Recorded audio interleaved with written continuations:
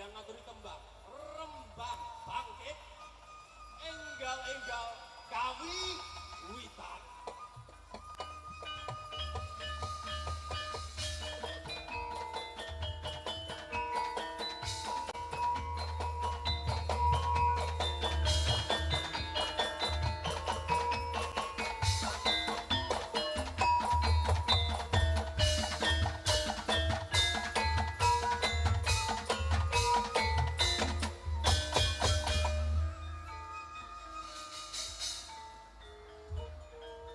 Ucap kacarito miturut serat yang guru ingkang tansah binasis kang ngaturi pirsa bilih ing taun 1447 Masehi wonten 8 keluarga saka Compo Banjar Melati kang dingerteni pinter anggawe gula tebu siji wayah sedaya tiyang ingkang kapimpin dening Simbah Pau Ayedin mutusaken kangge ngalih papan panggonan lan bidal angarungi segara pinuju dhateng arah Leng.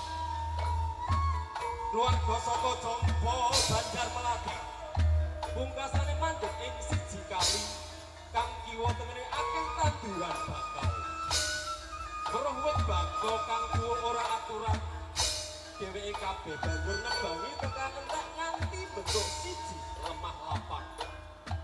Banjur ing kono warga saka Banjar Melati bangun perkampungan kan diaweh jeneng Kabongan. Ing sawijining dina nalika fajar ningsing ing sasi Waisaka bebrayat kampung Kabongan arep nglakoni tebang tebu. Rakyat Kabongan banjur ngerembang utawa mangkas rongwe tebu dadi tebu manten. Ritual iku kasebut ngerembang sekawit kang banjur dadi asal usule ngarani rembang gumregah utawa rembang bangkit. Ayo bangkit, bangkit, bangkit.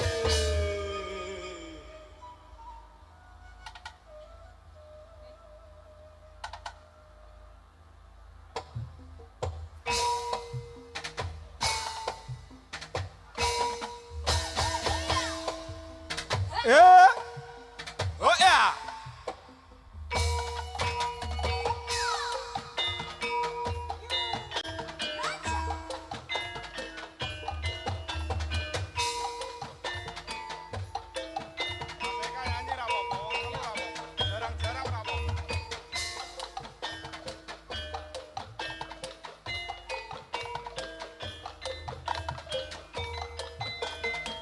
Rembang bangkit, rembang bangkit, rembang bangkit kanggo ngudi mremajune pembangunan cancut gumregut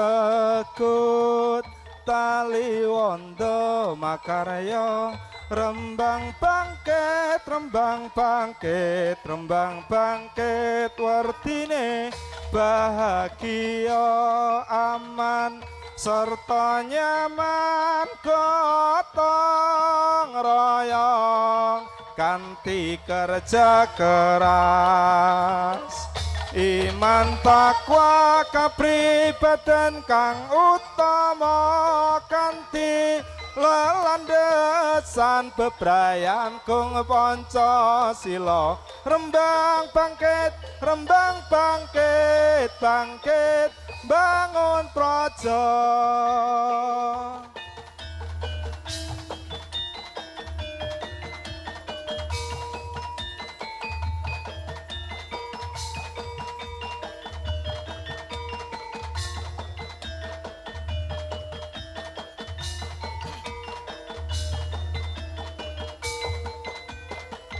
Rembang bangkit, rembang bangkit, rembang bangkit kanggo ngudi mremajune pembangunan cancut gumregut Taliwondo makarya rembang bangkit werdine bahagia aman serta nyaman gotong royong kanthi kerja keras iman takwa kapribaden kang utama kanthi lelandesan bebrayan kung Pancasila rembang bangkit bangun praja. Bapak Ibu Nyuh Blaca pamit monggo sedaya kula aturi sedaya mugi rembang bangkit ingkang sampun harmonis lir ing sambi kala jaya jaya wijayati kabongan kidul kabongan kidul kabongan kidul.